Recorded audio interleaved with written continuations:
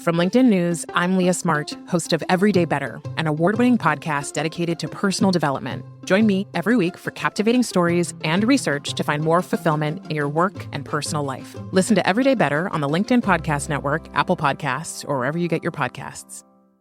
From LinkedIn News, I'm Jessie Hempel, host of the Hello Monday podcast. Start your week with the Hello Monday podcast. We'll navigate career pivots. We'll learn where happiness fits in. Listen to Hello Monday with me, Jessie Hempel, on the LinkedIn Podcast Network or wherever you get your podcasts. Hello, my friends, and welcome to another exciting episode of Negotiate Anything.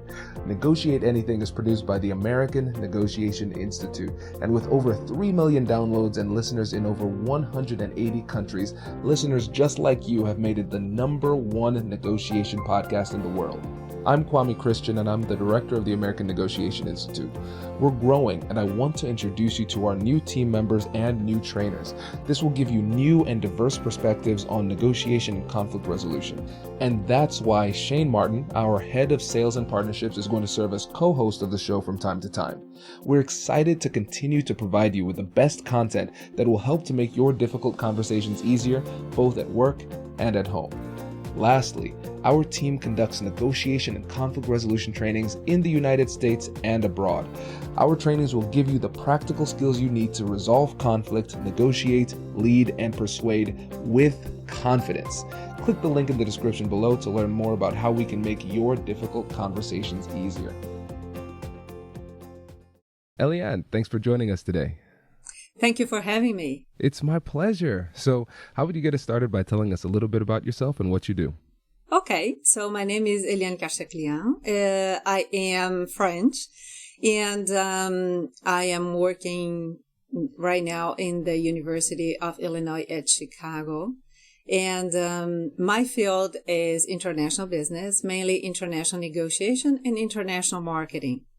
I've been working for companies across countries and across industries for more than 20 years before I got through Ph.D. and all the degrees you gotta get to be an academic. And today I am an academic as well as a consultant in international business. So this is pretty much what it is. That's great. That is great. And we're really excited to have you on the show to talk about international negotiation because, yes, it's negotiation, but there are some key considerations that we need to keep in mind. And considering how global things have become and how connected we are now with the web, I think it's more important now than ever to understand and have a full appreciation on the international aspects of negotiation. So we are excited to have an expert on the show today. Oh, very much. Thank you. And I am very much excited too. Fantastic. So let's start off with just kind of giving the listeners a rundown of what we're going to talk about. First, we're going to talk about your concept of the sustainable negotiation mindset, and then the importance of after the deal, a negotiation after the deal, and then why international negotiation is like no other type of negotiation. So first, let's talk about the sustainable negotiation mindset. So what is the sustainable negotiation mindset? Let's just start there. Okay, so that is the title of my book, which was released in 2017, because I rooted all my theory on physics, classical physics, and quantum physics, explaining that after all the natural phenomena and everything that we see in physics are just like culture. There are several things that prevent us to understand about culture because we don't link it to something we are already familiar with. So I created a metaphor, which is the rainbow.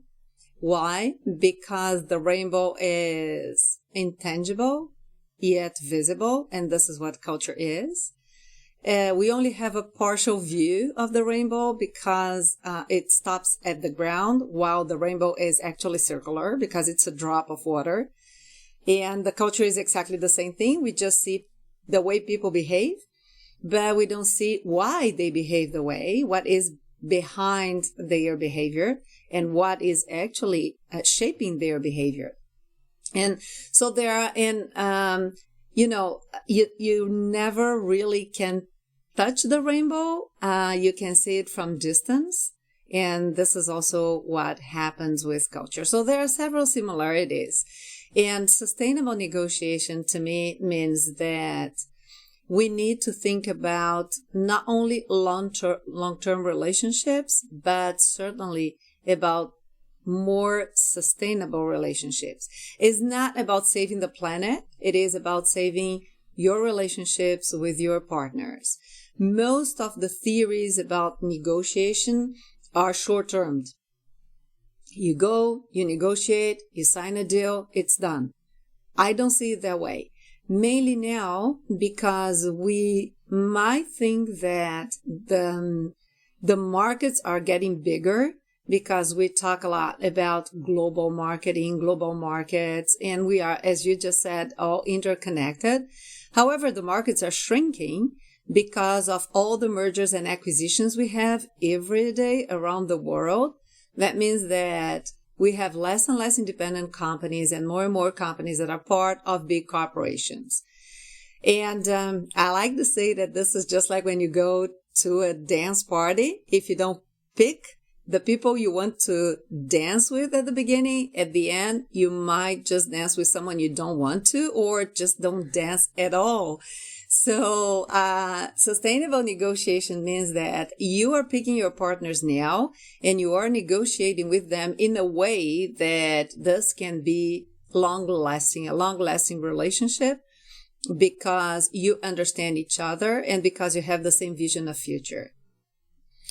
The key term of sustainable negotiation to me is the vision of future. It's not short-term, it's not long-term, but is what do you want a company to be in the future?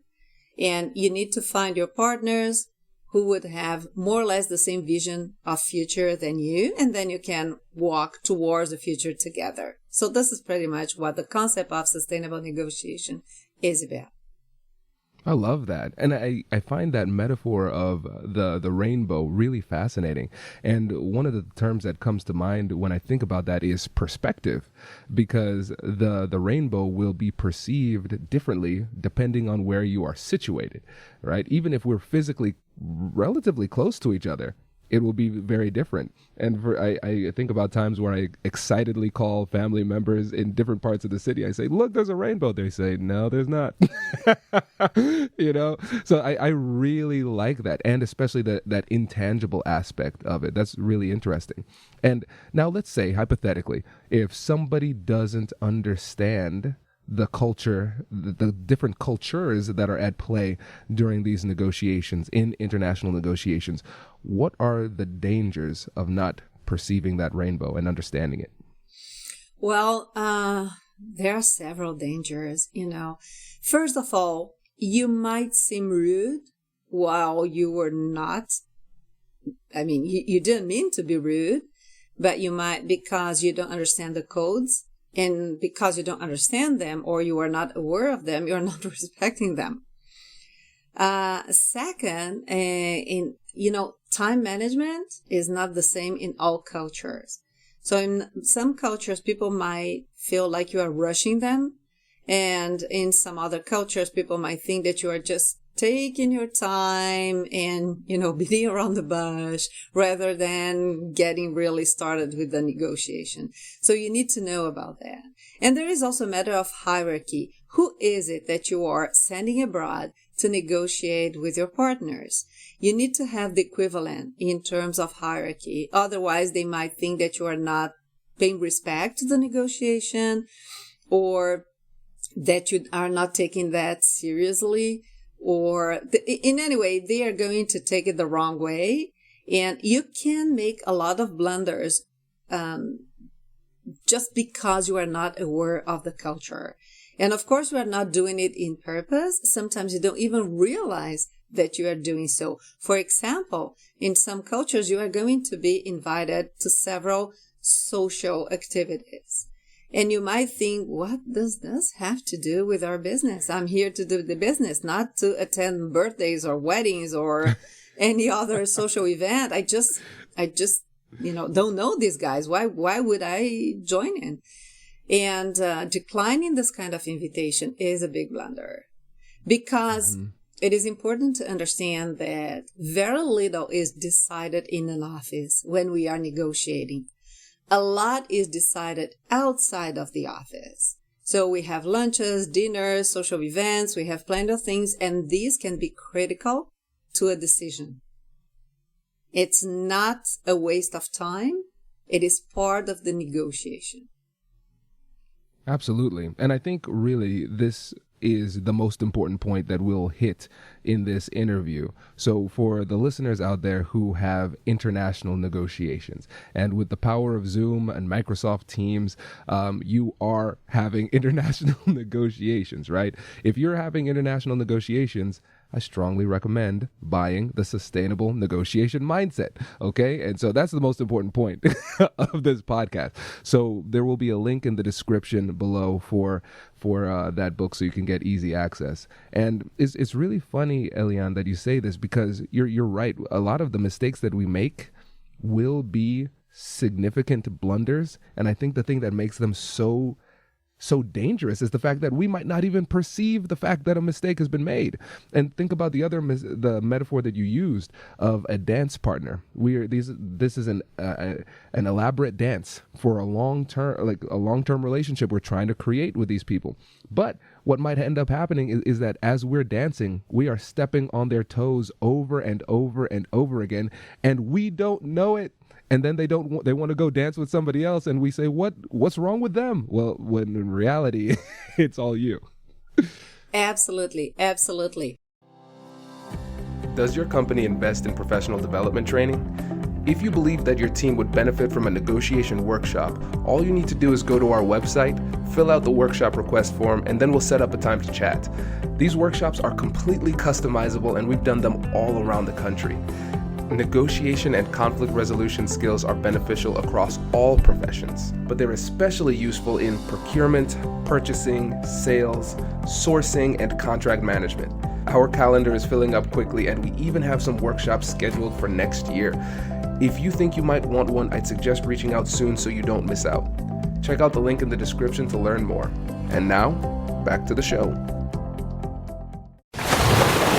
Raise the rudders! Raise the sails! Raise the sails! Captain, an unidentified ship is approaching. Over. Roger. Wait, is that an enterprise sales solution? Reach sales professionals, not professional sailors. With LinkedIn ads, you can target the right people by industry, job title, and more. We'll even give you a $100 credit on your next campaign. Get started today at linkedin.com/marketer. Terms and conditions apply. And one of the things I really insist on in all my books about negotiation is that this thing about win-win and win-lose are just illusions. You shouldn't go to a negotiation like you're going to a battleground, because you are looking for partners. You are looking for people who are going to help you get there in the future. If you are negotiating with someone, it's because you need them. Otherwise, you are not wasting your valuable time traveling, negotiating, and preparing your negotiation. That is for sure. So if you are doing that, do it the right way. Why would you want to fight people you need? You know, that to me, this theory, and I'm sorry because I know that it is very widespread, but it doesn't make any sense to me. When you negotiate with someone, it's because you need that person. So you are not fighting your dance partner. Because otherwise this will end up being a very distasteful evening for everyone. Now, if you are dancing with them, you know, pick up on the pace and just enjoy the dance. And you are going to see that by the end of the evening, everyone will be happy and your partner would be willing to dance with you again. And this is what you want. If you are aggressive, if you want to be the winner of whatever you are winning, you think you are winning in a negotiation, think about the person you are making loser in your negotiation. How do you think that they are going to feel? And are you expecting them to be in good spirits to work with you? I don't think so. So that is also an important point that I stress in my books, is that forget about the winning and just go and pick the partner you need, do it properly so that the partner will stay with you and help you to leverage your activity and meet your objectives. Because after all, this is all you need, is really to reach your objectives. Absolutely. And I think that gives us a perfect segue into the next point that you made, which is the importance of what happens after the deal. And I think this is something that people often overlook because we're often so transactional in the way that we interact with people. We say, hey, we got the deal done. Let's move on to the next one, right? So when you think about what needs to happen after the deal, what are some of the key elements for you? Well, that is so true what you're saying. And this is exactly what happens. People think that negotiation is over when you sign a deal. The whole focus is on signing a deal. What people don't realize is that a deal, a contract is theory, is a piece of paper you have signed, right? Right. And what you did through that contract is that you agreed on working together. But real life starts when you start working together. And this is all what I say in the after deal. Yeah. Because it is mainly after the deal that you start identifying and noticing differences in business practices. Because, of course, you need to be culturally aware when you are going at the table of negotiation. We often call it the moment of truth.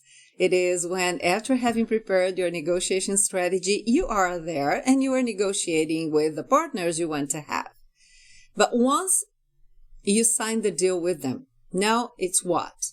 Let's get down to business. Now it's when we are going to have an action plan and we are going to cooperate.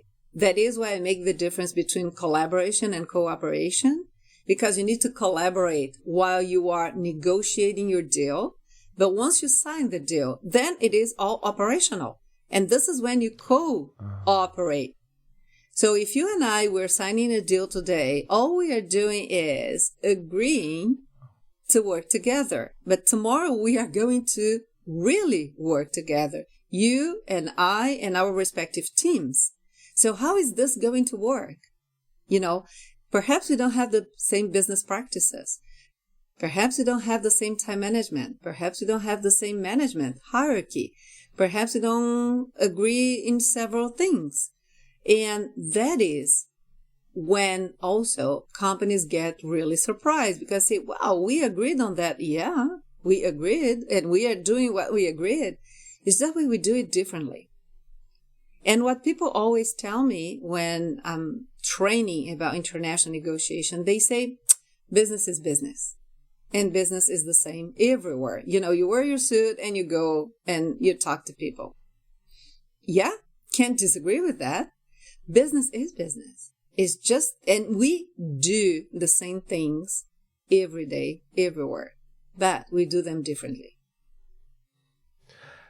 This is an incredible distinction because I've never heard anybody draw a distinction between collaboration and cooperation, and it makes so much sense. Because if we go back to the metaphor that you presented of dancing, so we have a dance partner, theoretically, when we're thinking about these deals from a sustainability perspective, the dance really, like we're engaging with this with the intention that the dance almost never ends. Right? So we decide that we're going to dance together. That would be the collaboration portion. And then now, how do we dance together is the cooperation. How do we operate? And it makes me think about different deals. Let's say a merger between companies. So the two companies might come together. They might negotiate possibly collaboratively to figure out what the deal actually is. And then what ends up happening is oftentimes after the deal is done, the cultures don't mesh, the operational structures don't mesh, and they're kind of missing that second aspect of the continuation of the negotiation, where now we need to figure out how we operationalize this agreement. Am I understanding that the right way? Perfectly. And you know that this also applies to domestic collaborations and cooperations. When you have mergers or acquisitions, you belong to the same national culture, but companies have different corporate cultures. Well, they don't operate the same way anyway, even if they're in the same industry. let alone if they are from different industries and if you add different national cultures. You can't expect people to behave like you because they are not you. You know? Right. It makes so much sense. So, okay, so now let's think about this. When we're thinking about the negotiation skills that we need for the actual negotiation where we're collaboratively working with them to figure out what the deal could be versus after the fact, when we're thinking about sustainability, what negotiation skills do we need in order to handle that subsequent negotiation for sustainability and operational alignment? I would say that one of the main skills is understanding that paradoxes exist, contradictions exist, and getting rid of them is not always the best solution. Why? Because when you have a more short-term point of view, you tend to eliminate, one by one, all the alternatives you have. And at the end, you are going, to end up with one or two, and then you are going to be in a dilemma, and you need to pick the right one. Well, that is a very risky decision, because what if the right one is right today and it won't be right tomorrow? Because context changes, and we rarely take context into account. So there is a clash that often happens when people from different cultures negotiate, and there are people who think, we just signed the contract, we're done. Now go and do your job, I'll do my job, and everything will be okay. It doesn't really work that way. And then you have people who are more long-term and more contextual, and they will adapt themselves to the context when the context changes. On the other side, they will say, stop renegotiating the terms of our contract. And these people will say, I'm not renegotiating. The context is changing, so we need to adapt to the context. And that creates a real issue between both companies because they don't understand. They don't have the same perception of the situation. For one of them, it's obvious things are changing. We need to change too. And for the other one is, so what you promised was not really a real promise. You didn't really intend to do what you said because now you are changing. We had an agreement and you are changing our agreement. So how can I trust you now? You might change your mind tomorrow again. And then, you know very well, Kwame, no trust, no business together. So it can't last long if you don't have trust. Trust takes a lot of time to build, but it can be broken in few minutes. And then it's very, very hard to get back to trust again or to a healthy relationship. Right. 100%. 100%. And I'm going to shout out an episode we had earlier, a couple years ago, with Dr. Kim Elsbach, I believe is her name, and it was how to rebuild trust after it's lost. The thing that I learned from talking to her was that you don't want to lose trust because it's really hard to rebuild it after it's lost. Yeah. So you're exactly right. Yeah, it is. And if we go back to the dance metaphor again, we can agree we're going to dance, but perhaps in some moment you're going to say, oh, I'm bored of dancing rock all the time. Let's switch to waltz. And I'm going to say, no, but I don't want to dance waltz. But we agree that we are going to dance. However, if you are compatible and you know what you are doing and you enjoy dancing together because you have better results than dancing with someone else, and then we can get better and better, and then we can think about dance competitions, and we can think about several other things that we can do together, and that is the future. Absolutely. I love it. And now, with the time that we have left, let's talk about the unique challenges of international negotiation. And in your words, you say we have to discuss why international negotiation is like no other. So what comes to mind for you when you think about that? Well, for starters, the very first thing you need to do when you are about to negotiate internationally is know about the culture. What people rarely do. They will focus on the negotiation. They will focus on the price, of course, and they will focus on what is important for them to get. They will be focused on everything that is more tangible. And they will leave the culture for later. If you knew how many times I saw international negotiators preparing their cultural understanding on the plane before landing, you would be as shocked as I have ever been.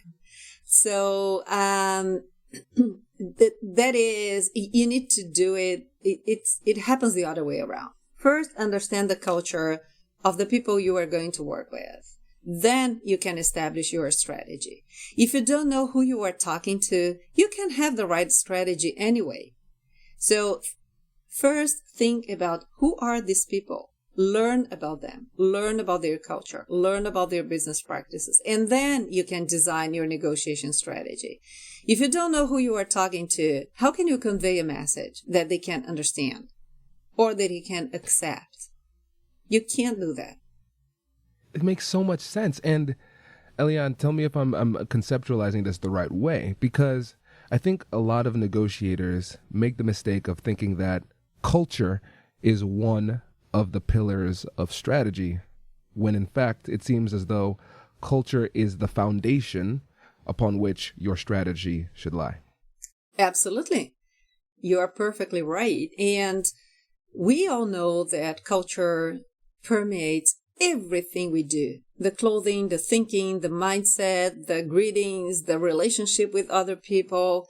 So why would it be any different when you are negotiating? It permeates your whole thinking process, your strategy, your behavior, everything. So why would anyone neglect understanding someone else's culture? When you are working with people from other countries, you need to know. Absolutely. And so I can think about two great ways that people can get a better understanding, and I want you to help me with a third. So way number one, first, buy the sustainable negotiation mindset. Way number two, work with Eliane as a consultant. And now, number three, what would be something else that people can do as they're preparing for their negotiations to get a better understanding of the cultures at play? Well, there are several sources of information about the cultures they are going to work with. I wouldn't recommend the do's and don'ts lists because they are perfectly stereotyped, and they also are not always updated because cultures change, not very quickly, but they do change. And because we are interconnected, so the business practices also go back and forth, and sometimes they are shared, sometimes they are not among different cultures. So you need to know about the culture. There are several sources of information about the cultures. You need to pick the most reliable sources, of course. You need to have information about the country and about the market. You don't want to get surprised during the negotiation when people are telling you what you were supposed to know. Right? So it doesn't, you look like a little bit silly when people are teaching you something that you were supposed to know. So that is not good either. But I know that we are experiencing very unique times and we can't travel the way we should. But there is no better way of getting to know a culture than going there. And when I mean going there, it is really in immersion. It's not going to an international hotel and hanging out with international people. It is walking around. It is sitting in a restaurant. It is chatting with the waiter. It is chatting with people. It is observing people. This is how we learn about the culture. It's also interacting with people from that culture, and so that they can brief you and they can tell you how they are, how they work with. In the business environment, we always know someone who worked with someone. And that is also a great way of gathering information, not only about the culture, but about their business practices. I love it. Oh, that's fantastic. That is really great. Eliane, thank you. Thank you so much for joining us today. We really, really appreciate it. Thank you so much for giving me the opportunity of sharing this. And thank you for being so welcoming. Congratulations! You've just joined an elite club. By listening to a full episode, you're now officially on the Negotiate Anything team. So welcome aboard. What most team members do is they subscribe to the podcast because that allows them to automatically get the latest episodes of the show. The best things in life lie on the other side of difficult conversations. Keep learning, keep practicing, and keep getting better. Your relationships will improve, your career will soar, and you'll have the confidence you need to get the most out of these crucial conversations. Again, thank you for joining the team. We're excited to have you, and I will see you in the next episode. I'll catch you later.